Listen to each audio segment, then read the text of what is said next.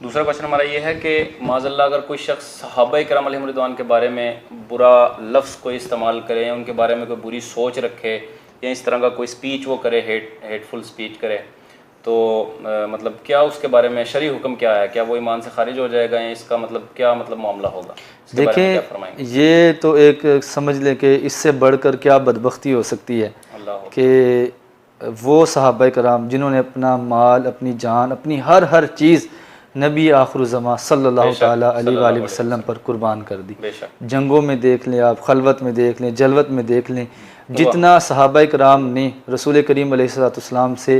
وفا کا ثبوت دیا، جان نثاری کا ثبوت دیا، تو اس کے باوجود اگر کوئی بدبخت اس طرح کی سوچ رکھے ان کے بارے میں یا برا بھلا کہے تو اس سے بڑا بد نصیب انسان کون ہو سکتا ہے؟ صحابہ کرام کے بارے میں تو باقاعدہ قرآن کریم کے اندر یہ آیہ مبارکہ موجود ہے،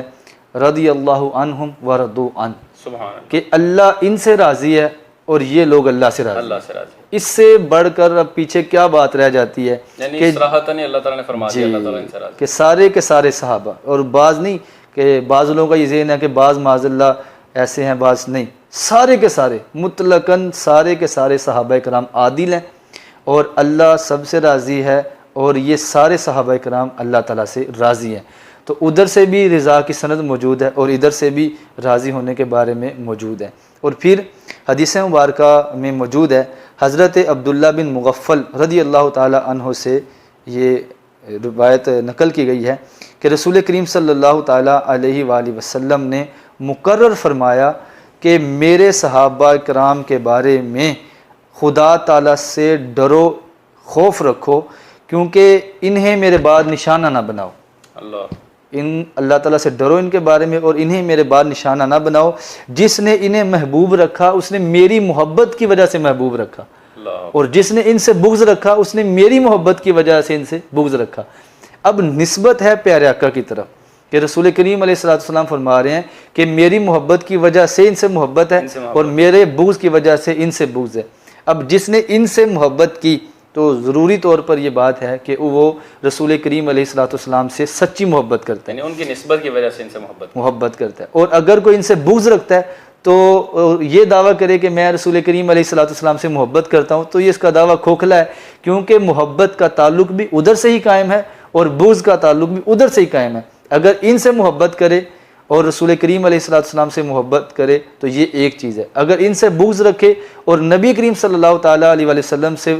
ان سے بغض رکھ کر نبی کریم صلی اللہ علیہ وسلم سے محبت کرے تو یہ اس کا دعویٰ کھوکھلا ہے، کیونکہ اگر ادھر محبت موجود ہے تو وہ محبت اس بات کا تقاضا کرتی ہے کہ ان سے بھی محبت کی جائے۔ اگر ادھر معاذ اللہ کسی کا کوئی رسول کریم علیہ السلام سے بغض رکھتا ہے تو اس کا ایمان سے کوئی تعلق ہی نہیں ہے۔ اور اس کے بارے میں باقاعدہ رسول کریم علیہ السلام نے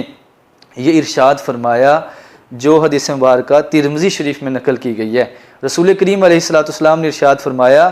جب تم ان لوگوں کو دیکھو جو میرے صحابہ کرام کی بدگوئی کرتے ہیں تو کہہ دو تمہارے شر پر خدا کی لعنت ہو۔ اللہ